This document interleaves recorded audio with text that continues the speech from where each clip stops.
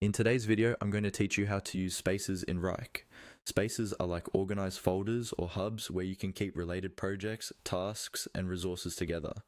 They help your team stay focused and make it easier to find what you need without digging through a messy workspace. In this walkthrough, I'll guide you through the basic actions you need to get comfortable using spaces, starting from the main Wrike interface. Once you're logged into Wrike and you're looking at your main workspace, the first thing you want to do is locate the Spaces section.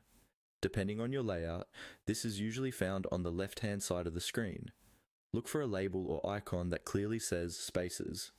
This area is your entry point into everything related to spaces. Go ahead and click on Spaces. When you click it, Wrike will either open a panel or highlight a section that shows all the spaces you currently have access to. Think of this as a list of different work hubs.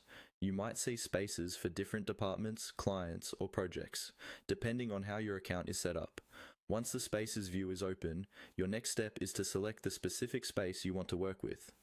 Browse through the list and choose the space that's most relevant to what you're doing right now. You can do this by clicking directly on the space name.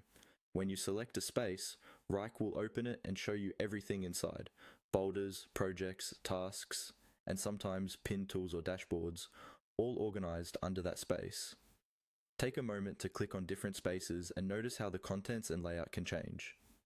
This helps you understand which space is used for what, and it makes it easier to remember where to put new work in the future.